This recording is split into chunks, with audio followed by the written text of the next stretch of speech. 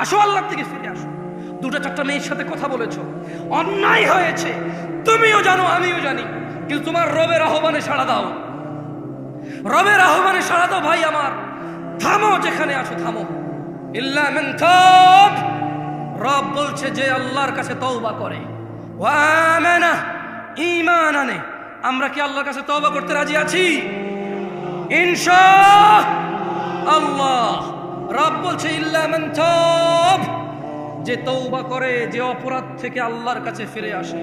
ওয়া আমানা, কার প্রতি ঈমান আনে? ওয়া আমিলা আমালান সালিহা, এবং যে সৎ কর্ম সম্পাদন করে। ফাউলাইকা ইউবাদদিলুল্লাহু সাইয়্যাতিহিম হাসানাত, আল্লাহ বলছে অপরাধীর অপরাধ যতই হোক না কেন আমি তার সমস্ত গুনাহকে নেকিতে পরিণত করব। আপনি কি মনে করেন এই যে আমাদের বোনরা খোলামেলা চুল, গেঞ্জি, শার্ট, প্যান্ট পরে ঘুরে, ফেসবুকে ছবি দেয়, জামাই বউয়ের ছবি, রুমের ভিতরের ছবি, মানে কথায় কথায় ছবি, যারা নিজেদের সৌন্দর্য প্রকাশ করে বেড়ায় যে বোনরা, আপনি কি মনে করেন যে সে এটা বিলিভ করে তার পাপ হচ্ছে, সে আগুনে জ্বলতে পারে এই পাপের জন্য? আপনি কি মনে করেন সে বিলিভ করে? এরকম মন থেকে অনুভব করে মনে করেন? এই যে আপনি দাড়ি কাটেন, এই যে আপনি শেভ করেন, এই যে আপনি সিগারেট খান, এই যে আপনি মিথ্যা কথা বলেন, এই যে আপনি বাবা মায়ের উপরে ধমক দিয়ে কথা বলেন, এই যে আপনি কোরআন, আজকে 40 বছর বয়স, 50 বছর বয়স, 30 বছর বয়স, কোরআন পড়তে জানেন না, আপনি কি এটা বিলিভ করেন যে কোনোদিন আপনি মন থেকে, হৃদয় থেকে অনুভব করেছেন যে আমি একটা মূর্খ, আমি ইসলামের কিছুই জানি না? যদি আমি ইসলামের কিছুই না জানি তাহলে কিসে আমাকে জান্নাতে দিবে আমি সেটাই জানি না। আর এই না জানা আমাকে কোনোদিন কষ্ট দেয় নাই, এই না জানা কোনোদিন আমাকে শিখা পর্যন্ত পৌঁছায় নাই, শিখার আগ্রহ জাগে নাই আমার কোনোদিন। আপনি কি মনে করেন আপনি এটা বিলিভ করেন? মনে করেন না, এটা এরকম না। বাদা আল ইসলাম গরীবা, ইসলামের সূচনা হয়েছে কি অবস্থায়? অপরিচিত অবস্থা। আপনি কি মনে করেন কোন মা তার বাচ্চা যখন ক্লিন শেভ করে, এদেশে কয়টা মা মনে করে তোর গুনাহ হয়েছে রে বাপ, তোর গুনাহ হচ্ছে? কয়টা মা মনে করে? বলতে পারেন আমাকে? মায়ের নাম তো আমনা। মায়ের নাম কি? আমনা সালেহা। ওর মায়ের নাম বিলকিস, ওর মায়ের নাম জুলাইখা। কিন্তু জুলাইখা কি কোনোদিন কল্পনা করেছে, কোনোদিন অন্তরে ভেবেছে, ছেলেকে যখন ক্লিন শেভ দেখেছে, ছেলের যখন দাড়ি কাটা দেখেছে, জুলাইখা কি কোনোদিন বলেছে ইন্না লিল্লাহি ওয়া ইন্না ইলাইহি রাজিউন, আমার বাচ্চা নবীর সুন্নতকে জবে করে চলে আসছে? ইন্না লিল্লাহি ওয়া ইন্না ইলাইহি রাজিউন। জুলাইখা কি কোনোদিন ভেবেছে লা হাওলা ওয়ালা কুওয়াতা ইল্লা বিল্লাহ, টাকলুর নিচে প্যান্ট পরছে, কিয়ামতে আল্লাহ 3 ব্যক্তির উপর দয়া করবে না? এর মধ্যে একজন হচ্ছে যার পায়ের নিচে, টাকলুর নিচে প্যান্ট পরেছে, জামা কাপড় পরেছে। জুলাইখা কি কোনোদিন অন্তরে কষ্ট পেয়েছে আমার বাচ্চার সাথে তো আল্লাহ কথাই বলবে না? এদেশের আব্দুল্লাহ, আব্দুর রহমান, আব্দুর রহিমরা, এদেশের জামশেদরা কি কখনো এরকম নিজের বাচ্চার টাকনুর নিচে প্যান্ট দেখে কি কখনো কল্পনা করেছে হায় রে আমার আদরের সন্তানটার সাথে আল্লাহ কথাও বলবে না, দয়াও করবে না, রে কি করলো আমার ছেলে? এই দেশের জামশেদরা, আব্দুল্লাহরা, আব্দুর রহমানরা, এই দেশের আব্দুল করিমরা কখনো কি নিজের ছেলেটা ফজরে ঘুমিয়ে আছে ভেবেছে যে আমার বাচ্চাটা মারা গেলে জাহান্নামে চলে যাবে সলাতের হেফাজতকারী না বলে? কোনোদিন কি কল্পনা করেছে এই দেশের আব্দুল করিমরা? বলেছে? বলেন তো। ইসলাম তাহলে ওর কাছে কতটুকু পরিচিত? ওই ইসলামকে কতটুকু জানে? কিভাবে জানে ইসলামকে সে? আমাকে কি একটু বলতে পারেন আপনারা? যে দেশের ভ্যান ড্রাইভার, রিক্সার ড্রাইভাররা সারা দিন কষ্ট করে 800 টাকার জন্য, অথচ ফজরের 2 রাকাত সুন্নত দুনিয়াতে যা আছে এর চাইতে বেশি, সে ফজরের 2 রাকাতে যায় না, 800 টাকার পিছে ঘুরে। কোনদিন কি এদেশের আমার দরিদ্র মুসলমানরা কি ভেবেছে যে দিনে 12 রাকাত সুন্নতে মুআক্কাদা, ফজরে 2, জোহরে 6, মাগরিবে 2, ইশায় 2, এই 12 রাকাত সুন্নত যে পড়ে আল্লাহ তার জন্য জান্নাতে ঘর নির্মাণ করে? কয়জন নিয়েছে বেনিফিট? কতজন ইসলামে এটা বুকে লালন করে? আমরা ইসলামকে কিভাবে জানি? শুধু বিয়েতে কবুল আমাদের ইসলাম সম্মত, বাকি বউ যে কাপড় পরে, জামাই যে কাপড় পরে, যেখানে বসে বিয়ে হয়, যে বিয়ে পড়ে, যে উকিল হয়, যে সাক্ষী হয়, সব কিছুতে ইসলাম কোথায়? মুসলমানের বিয়েতে ইসলাম কোথায়? মুসলমানের বিয়েতে ইসলাম কোথায়? আমরা যদি ইসলাম জানি তাহলে বিয়েতে ইসলাম কোথায় বলতে পারবো? কোনটা কোনটা ইসলামিক, কোনটা কোনটা বিয়েতে ইসলামিক আমাদের? আজকে এখানে আপনার উপস্থিতিতে আপনি নিজে কয়টা ইসলাম আছে আপনার মাঝে, আমার মাঝে? কয়টা আছে? এই আয়োজক ছেলে আমাকে ফোন করেছে, বলো যে ভাই আপনি আসতে হবে, আপনার নামই করছে। আমি ওয়াজ নেওয়ার সময় বলছি আমি পারলে আর নইলে আসবো না, ফোন রাখো, তোমার থেকে কি ওয়াজ দিছি নাকি? আমার নম্রতা কোথায় ছিল? ও তো কত সুন্দর আয়োজন করেছে, কত কষ্ট করেছে, কিন্তু আমি কেউ দুঃখ বোঝার চেষ্টা করছি হয়তো করিনি তখন। তখন আমার রাইট নিয়ে আমি চিন্তায় ছিলাম যে দূর ভাই, আমি তো বলছি, তুমি কেন ফোন দিচ্ছ? কোথায় আমাদের ইসলাম? আমরা তো নিজেরাই দিনে 10টা ভুল করি, নিজেরাই দিনে 100 ভুল করি, 500। তিনি সাল্লাল্লাহু আলাইহি সাল্লাম বলেছে, এই ছোট ভাই তুমি কেন দাড়ি কাটো? বলতে পারো? বলতে পারো তুমি কেন দাড়ি কাটো? তুমি জানো না। Maybe you look nice, you think like that. তোমার একটা চিন্তা, এটা জাস্ট তোমার একটা ধারণা। মেবি তুমি বৃদ্ধ দেখতে চাও না নিজেকে, দাঁড়িয়ে একটা বুড়া বুড়া মনে হয়, হয়তো তোমার মাথায় একটা ঢুকছে। Otherwise what else? আর কি মানে, আর কি হতে পারে এখানে? পারপাস কি হতে পারে দাড়ি কাটা? মানে কি? জ্ঞান বেড়ে যায়, উচ্চতা বেড়ে যায়, বংশমর্যাদা পরিচয় চেঞ্জ হয়ে যায়, চাকরি হয়ে যায়। হোয়াট? তুমি প্রতি বৃহস্পতিবার রাতে কাটো, শুক্রবার ঘুরতে শিখবে। তুমি বিয়েতে যাওয়ার আগের দিন কাটো, তুমি বেড়াইতে যাওয়ার আগের দিন কাটো, তুমি শহরে যাওয়ার আগের দিন কাটো, তুমি বাড়িতে ফেরার দিন কাটো।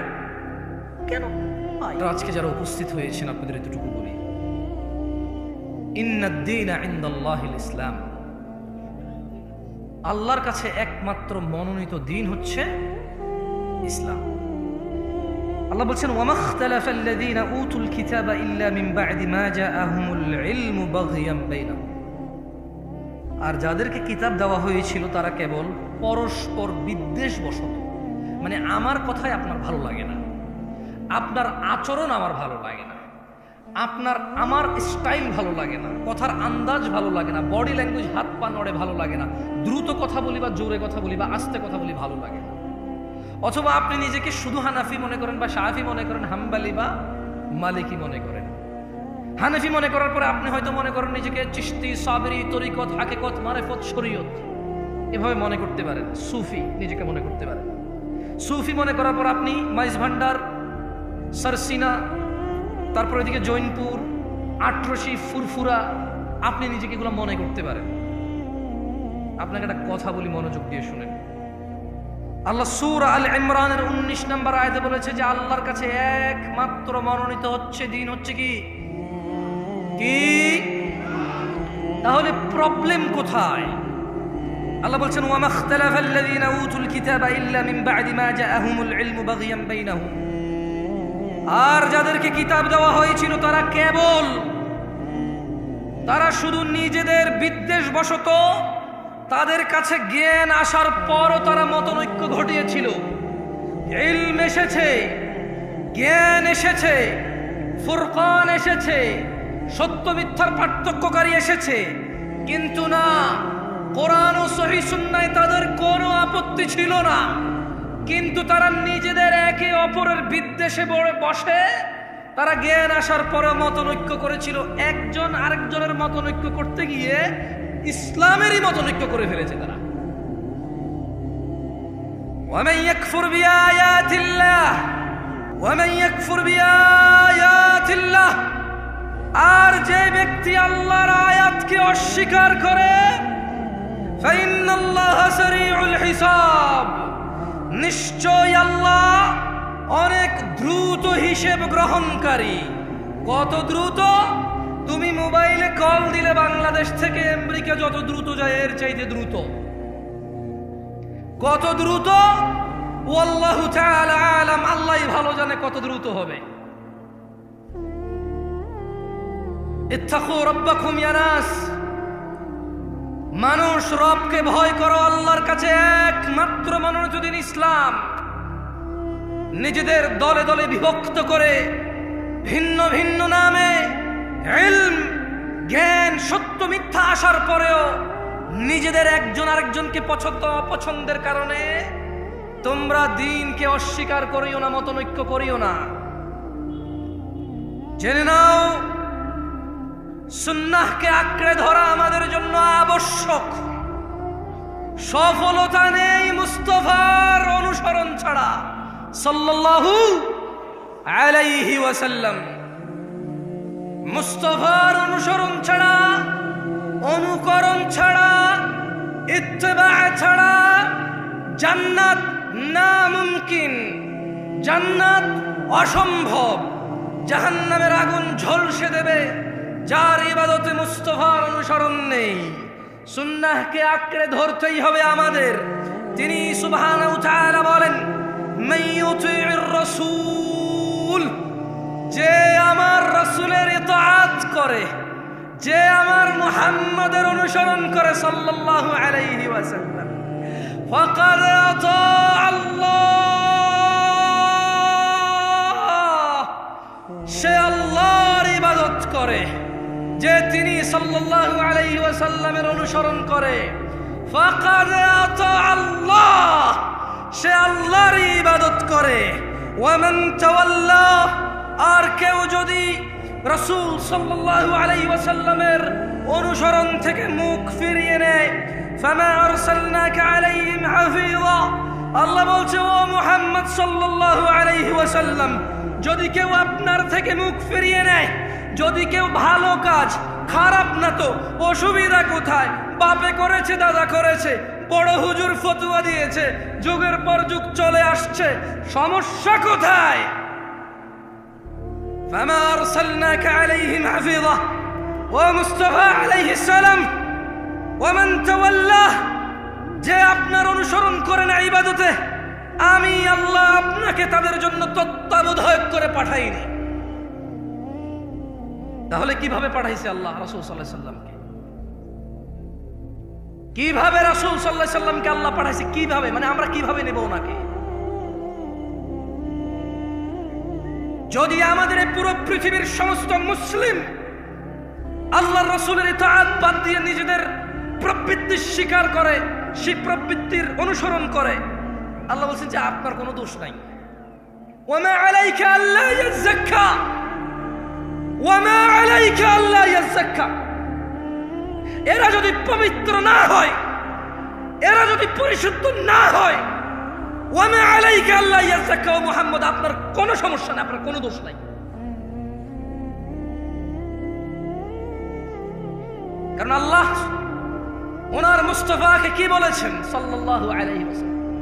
বলেছেন ফাযাক্কির, ও মুহাম্মদ আপনি উপদেশ দিন সাল্লাল্লাহু আলাইহি ওয়াসাল্লাম। ইন্নামা আনতা মুযাক্কির, আপনি একজন উপদেষ্টা, উপদেশদাতা। লাস্তা আলাইহিম বিমুসাইতির, ওই যে ওখানে মাইকে লটারি হয়, ওই যে ওখানে বিয়ের গায়ে হলুদে গান বাজনা বাজে, ওই যে বাবা তার মেয়েকে নিজে নাচের স্টেজে উঠাই দিয়ে নাচ, নিজের মোবাইলে ভিডিও ধারণ করে নিজের বন্ধু বান্ধবকে বলে দেখ দেখ তোর ভাতিজি কেমন নাচ। আল্লাহ সুবহানাহু ওয়া তাআলা বলছেন লাস্তা আলাইহিম বিমুসাইতির, আপনি এদের কর্ম নিয়ন্ত্রক নন। তবে আপনি জেনে নেন ও মুস্তাফা, আপনি জেনে নেন, ইল্লা মান তাওয়াল্লা ওয়া কাফার, যে আপনার থেকে মুখ ফিরিয়ে নেবে, যে আপনার অনুসরণের অস্বীকৃতি করবে, ফায়ুআযিবুহুল্লাহ আল আযাব আল আকবার, তিনি সুবহানাহু ওয়া তাআলা তাকে কঠোর দণ্ডে দণ্ডিত করবেন। এই হচ্ছে ওনার মর্যাদা। আমরা যদি মুস্তাফার অনুসরণ না করি আলাইহিস সালাম, আল্লাহ নবীর অনুসরণ না করলে, নবীর উপদেশ মেনে না চললে আলাইহিস সালাম আমাদেরকে কঠোর দণ্ডে দণ্ডিত করবেন। তিনি তা কোরআনুল কারীমে সুস্পষ্ট করে তিনি বর্ণনা করেছেন, ওয়ার্নিং করেছেন। দিনী ভাইরা, আল্লাহর কাছে একমাত্র মনোনীত দিন হচ্ছে কি? ইসলাম। আর আমরা কেন ইলম আসার পরেও, জ্ঞান আসার পরেও আমরা কেন মতনৈক্য করি বলতে পারেন? আমি কিন্তু একটু আগে বলেছি, নিজেদের বিদ্বেষ বশত। কার বিদ্বেষ বশত? কার? প্রবলেম আমার, প্রবলেম আপনার। কারণ আপনি নিজে যদি বলি যে কোরআন কি পূর্ণাঙ্গ মানেন, আপনি বলবেন মানি। আমি যদি বলি যে পরিস্থিতি যদি এমন আসে কোরআনের জন্য জীবন দিতে হবে, মানে এখানে চান্সেস আছে যে মানে জীবনটা চলে যাবে, মনে হয় দাঁড়াবেন, আপনি বলবেন হ্যাঁ দাঁড়াবো। যদি বলি মুস্তাফা ছাড়া কেউ নেই অনুসরণীয়, আপনি কি মানেন? আপনি বলবেন অবশ্যই, উনি ছাড়া কে আছে অনুসরণীয়। যদি বলি তিনি সাল্লাল্লাহু আলাইহি সাল্লামের অনুসরণীয় হচ্ছে আল্লাহর ইবাদত, আপনি কি মানেন? আপনি বলবেন অবশ্যই, তিনি সাল্লাল্লাহু আলাইহি সাল্লামের অনুসরণীয় হচ্ছে আল্লাহর ইবাদত। তাহলে প্রবলেম কোথায়? আমরা কেন বিভক্ত? কোরআন তো আমরা পূর্ণাঙ্গ মানতে রাজি, জীবন দিতে রাজি। উনি সাল্লাল্লাহু আলাইহি সাল্লামকে সর্বোচ্চ পর্যায়ে রাখতে আমরা রাজি। তাহলে প্রবলেম কোথায়? প্রবলেম কোথায় বলেন তো? কোথায়? নিজেদের। প্রবলেম কোথায়? হানাফির, শাফির, মালিকির, হাম্বলির, চিশতির, সাবেরির না, নিজেদের। মানে আমার প্রবলেম কার? আমাদের প্রবলেম। আল্লাহর কাছে একমাত্র মনোনীত দিন হচ্ছে কি? ইসলাম। দিন কি আসলে? আল্লাহ সুবহানাহু ওয়া তাআলা কোরআনুল কারীমে বলছেন, ওয়ামা আতাকুমুর রাসূল, যা রাসূল সাল্লাল্লাহু আলাইহি সাল্লাম দিয়েছে, ফাখুযুহ, তা নিয়ে নাও। ওয়ামা আতাকুমুর রাসূল ফাখুযুহ, রাসূল যা দিয়েছে তা নিয়ে নাও। ওয়ামা নাহাকুম আনহু ফান্তাহু, যা থেকে তিনি নিষেধ করেছেন তা তোমরা বর্জন করো। ওয়াত্তাকুল্লাহ, আর তোমরা আল্লাহর তাকওয়া অবলম্বন করো। ইন্নাল্লাহা শাদীদুল ইকাব, ও মানুষ, নিশ্চয়ই আল্লাহ শাস্তি দানে অনেক অনেক অনেক অনেক অনেক অনেক অনেক বেশি কঠোর। আল্লাহ শাস্তি দানে অনেক কঠোর।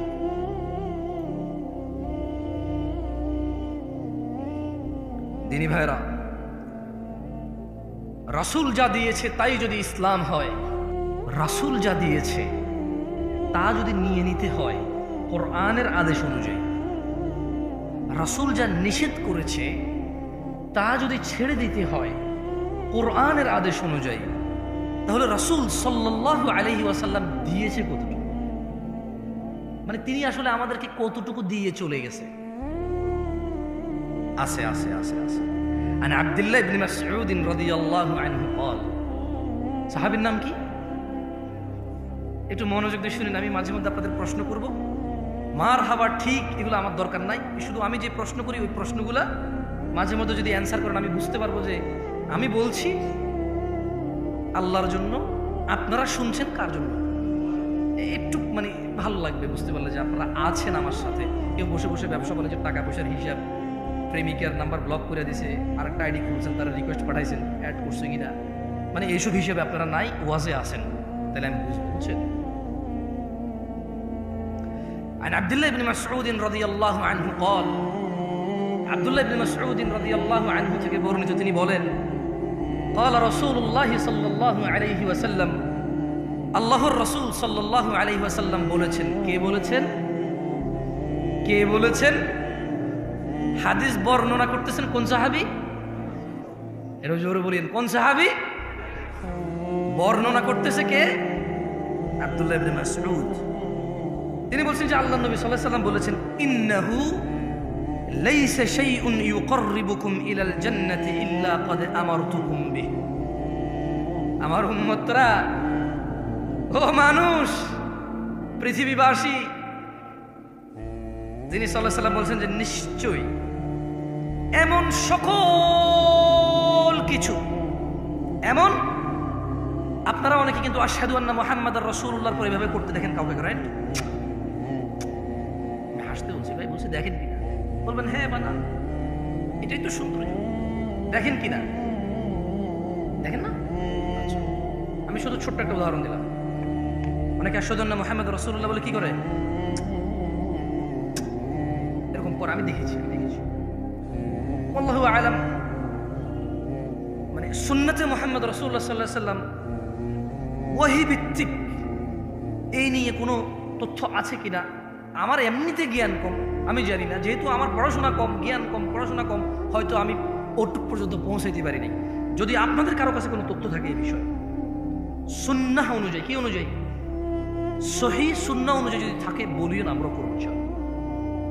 আমরা কেন ছেড়ে দেবো? দাড়ি রাখছি, মানুষ দাড়ি ফেলে দেয় স্মার্ট হওয়ার জন্য, সুন্দরী বউ পাওয়ার জন্য, চাকরি বাকরি করার জন্য, ভালো সুন্দর নিজের পরিবেশন করার জন্য। আমরা ওই জিনিস স্যাক্রিফাইস করে দিছি, দাড়ি রেখে দিছি সুন্নাহকে ফলো করার জন্য। তার আসাদুল্লাহ মোহাম্মদ রাসূলুল্লাহ বলে চুমা খেতে অসুবিধা কোথায়? যদি এতে কোনো নেকি থাকে কোরআন সুন্নাহ থেকে, অসুবিধা কোথায় ভাই? কোনো অসুবিধা আছে? আমরাও করবো ইনশাআল্লাহ।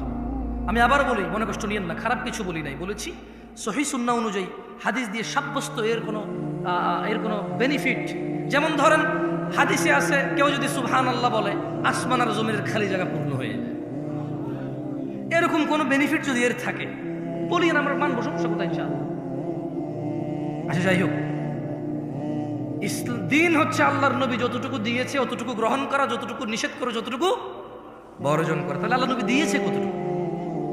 আব্দুল্লাহ ইবনে মাসউদ রাদিয়াল্লাহু আনহু থেকে বর্ণিত, আল্লাহ নবী সাল্লাল্লাহু আলাইহি ওয়াসাল্লাম বলছেন যে নিশ্চয়ই এমন সকল কিছু যা তোমাদের সবাইকে জান্নাতের নিকটবর্তী করে, জান্নাত পর্যন্ত নিয়ে যায়, আমি সব কিছুর নির্দেশ দিয়েছি, একটাও বাদ দেই নাই।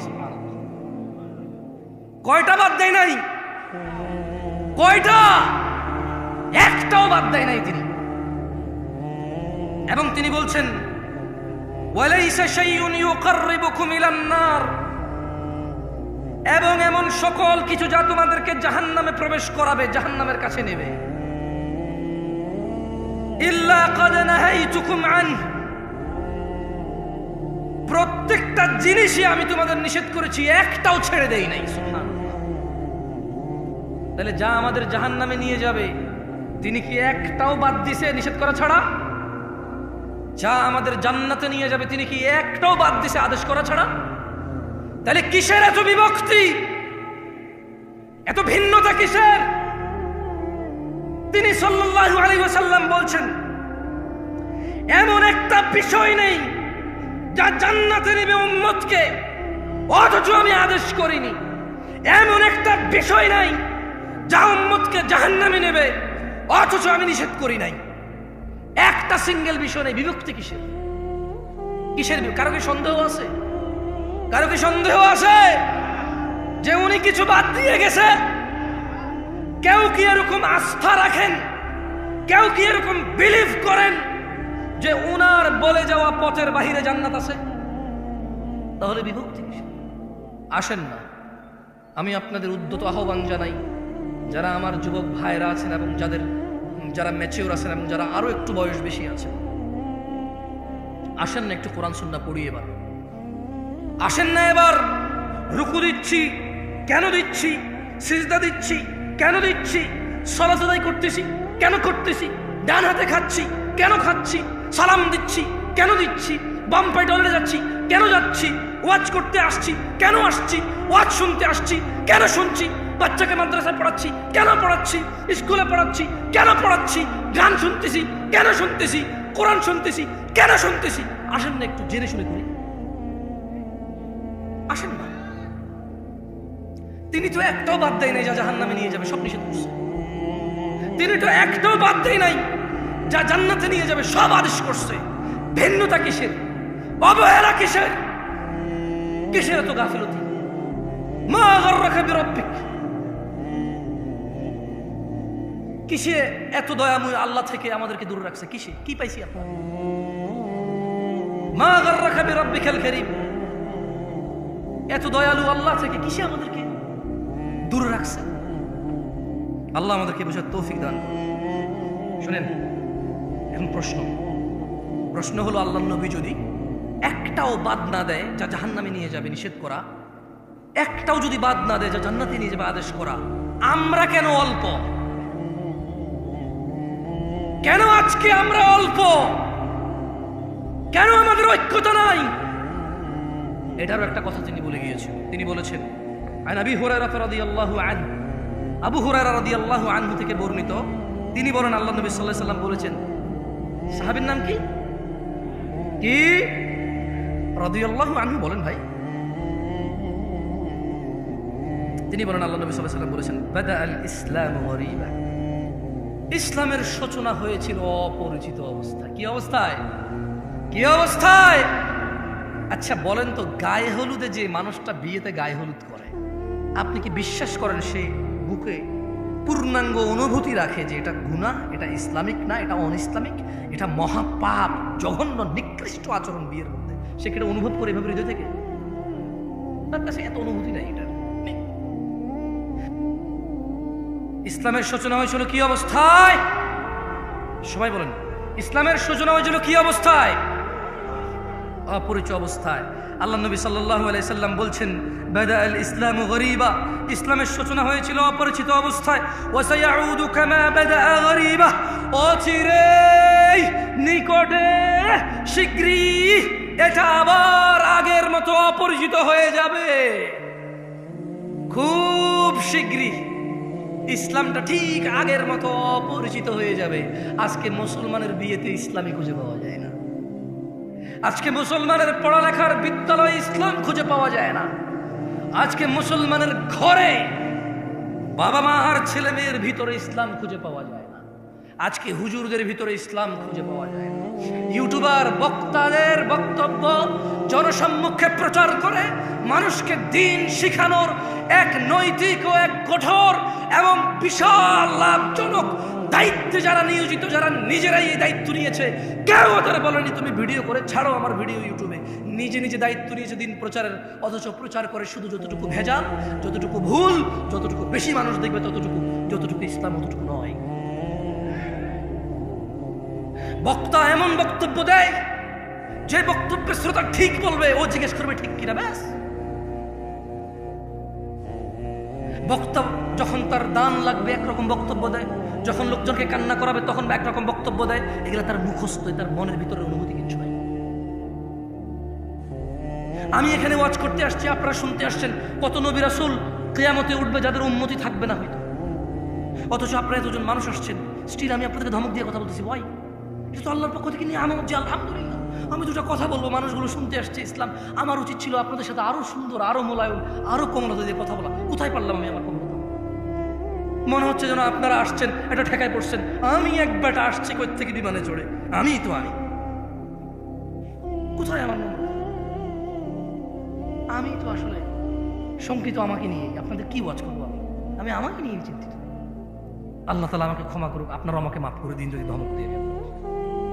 আমি হয়তো কথা বলার ফ্লো, আমার হয়তো স্বভাবগত যাতে একটু চঞ্চল, আমি ভাবছেন হাত পা নড়ে চড়ে, মাথা মুথা গরম হয়ে যায় যখন উল্টাপাল্টা কিছু, মানে বাস্তবতা আর হাদিস একরকম, কোরআন একরকম, একটু গরম হয়ে যায়।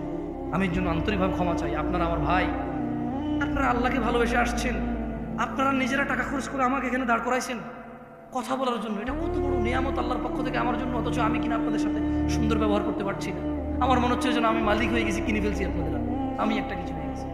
আল্লাহ আমাকে ক্ষমা, আপনারা আমাকে মাফ করে দিন। কেমন ইসলামের পরিচয় হয়েছে কি অবস্থায়? আবার কোথায় ফিরে যাবে? সবাই বলেন তো, আবার কোথায় ফিরে যাবে? কবে কবে কবে? আমাদের বিয়েতে আমরা ইসলাম পাই, আমাদের ঘরে ইসলাম আছে। মা প্রতিদিন খেয়াল রাখে তার বাচ্চা স্কুল মাদ্রাসায় গেছে কিনা, মা প্রতিদিন খেয়াল রাখে তার বাচ্চা হোমওয়ার্ক করছে কিনা। এ মা কি খেয়াল রাখে তার বাচ্চা নামাজ আদায় করছে কিনা? খেয়াল রাখে। কোথায় তার আদর, তার আদরের সন্তান, যেখানে কিয়ামতের সর্বপ্রথম হিসাবই হবে নামাজের। ফাইন সলুহাত, যার নামাজ ঠিক থাকবে তা সে জিতে যাবে, সফল হবে। আর যার নামাজ ঠিক থাকবে না সে ধ্বংস হবে, সে লাঞ্ছিত হবে। কোথায় আমার মায়ের চিন্তা, আমার সফলতা? কোথায় আমার মায়ের চিন্তা? যাক দিনী ভাইরা, আমি আবার বক্তব্য বেশি আর দীর্ঘায়িত করব না। আমি আপনাদের এতটুকু বলি, আল্লাহর দরজা চিরদিন খোলা। আমরা সিজদা করি কাকে? রুকু করি কাকে? দোয়া করি কার কাছে? অন্যায় করি কার সাথে বেশি? আমরা একে অপরের সাথে তো একে অপরকে তো সিজদা করি না, করি?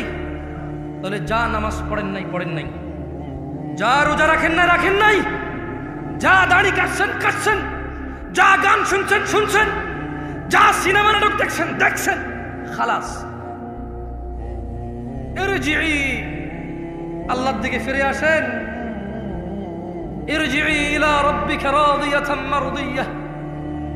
ও দিনাজপুরের মানুষ, ও দিনাজপুরের আমার বোন ও ভাইরা, ছোট ভাই, সন্তুষ্টি চিত্তে রবের দিকে ফিরে আসো। তোমার পূর্বে কোন মানুষ বেঁচে ছিল আর চির যুবক ছিল, এটা হয়নি, হবে না। তোমার পূর্বে কোন মানুষ চির সুস্থ ছিল, এটা হয়নি, হবে না। তোমার পূর্বে কোন মানুষ কোনোদিন কষ্ট পায়নি, এমনটা হয়নি, এটা হবে না। তোমার পূর্বে কোন মানুষ বিষণ্ণতায় ভোগে নাই, এমনটা হয়নি, হবে না, তোমার সাথেও হবে না এটা। আসো আল্লাহর দিকে ফিরে আসো, আসো আল্লাহর দিকে ফিরে আসো। দুটো চারটা মেয়ের সাথে কথা বলেছ, অন্যায় হয়েছে, তুমিও জানো আমিও জানি, কিন্তু তোমার রবের আহ্বানে সাড়া দাও, রবের আহ্বানে সাড়া দাও। ভাই আমার, থামো, যেখানে আছো থামো। ইল্লা মান তাব, রব বলছে যে আল্লাহর কাছে তওবা করে, ওয়া আমানা, ঈমান আনে। আমরা কি আল্লাহর কাছে তওবা করতে রাজি আছি? ইনশাআল্লাহ।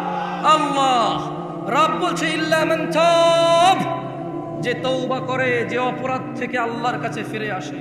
ওয়া আমানা, কার প্রতি ঈমান আনে?